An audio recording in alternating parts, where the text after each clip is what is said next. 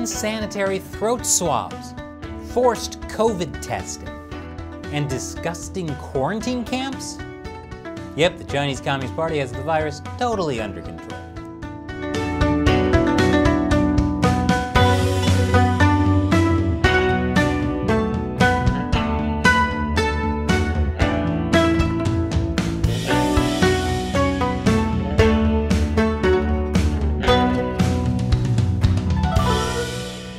Welcome to China Uncensored. I'm Chris Chappell.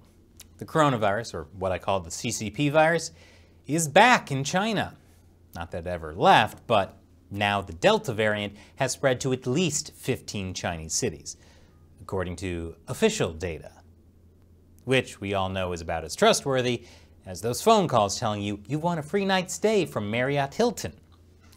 My point is, the CCP virus outbreak is probably a lot bigger than just those 15 cities. One of those cities is Wuhan, the original epicenter of the virus last year. They're trying to test 12 million people. How on earth can they test that many people in a few weeks? The answer is fully automated COVID testing.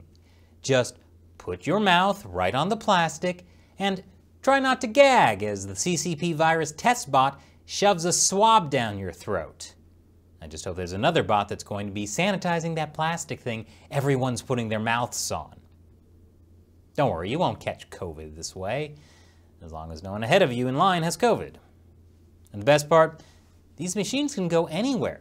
They're on wheels. Now you might think, I'll just stick to the manual PCR tests. Thank you very much. I mean, they're pretty streamlined, with patients in and out quick. So quick that the people administering the tests don't even have time to change their gloves. You know, the more I look at China's efficient COVID testing, the more I'm concerned it's doing more spreading than detecting.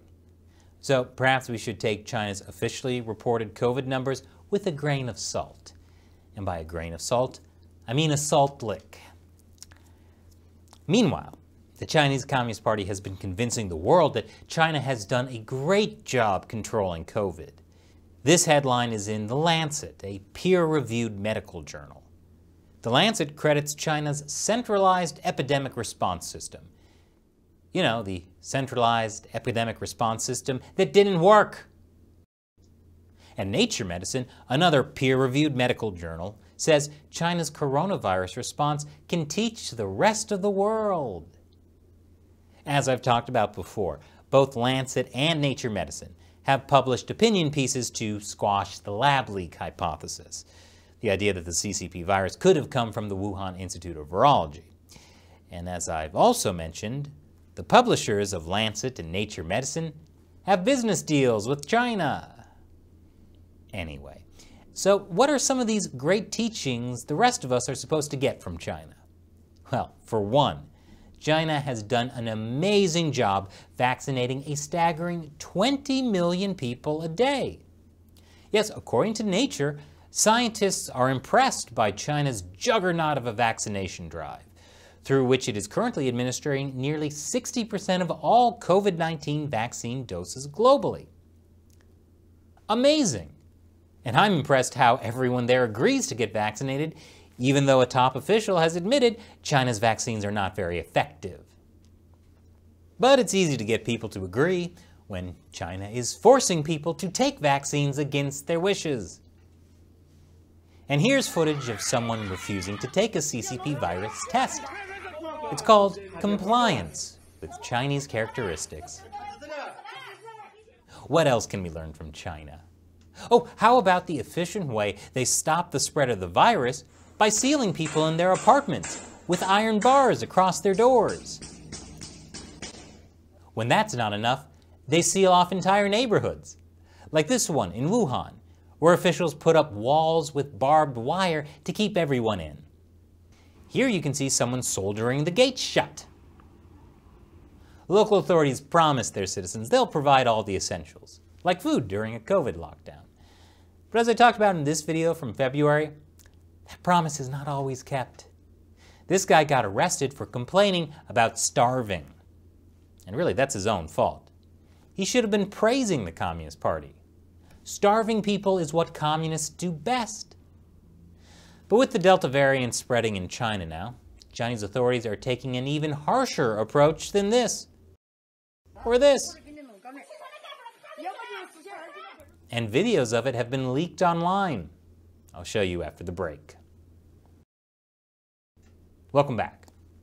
There are just so many ways we in the West can learn from the Chinese Communist Party's response to COVID. In the beginning of the pandemic, we all heard news about how China built 2 coronavirus hospitals in just over a week. But it turns out they weren't really hospitals, they were just massive quarantine centers. This quarantine center in Wuhan looks pretty nice, since it was meant to be photographed by the press. But secret video from the city of Jingmen shows a hastily built quarantine camp with bars on each window. This is the quarantine. 21 days here. You see the bathroom? They gave us 2 cases of water. Here's 1 bed and a table to eat on. These rooms are enough to make a person go mad. I'd be sending messages for help in a bottle, or fishing for bottles because I ran out of water. If you thought that was bad, it gets so much worse. Here's another quarantine camp. Hot, sweaty, and definitely not very sanitary. It makes the other quarantine spaces look like vacation resorts. And it's not like the people there are criminals, they're just people who got infected with a virus they can't control. The Chinese Communist Party can't control the virus either, clearly, but at least they can control people. You can try to run, but there's nowhere to hide. So what can the West really learn from China's COVID response? That we should not be learning from China. Now it's time for me to answer a question from you, a fan who supports China Uncensored through the crowdfunding website Patreon. Alejandro asks, if the bat coronavirus was funded in big part by the US, how come the CCP hasn't said anything about it or the Wuhan lab? Why did they not make any of these scientists disappear? Good question, Alejandro. The funding issue is complicated.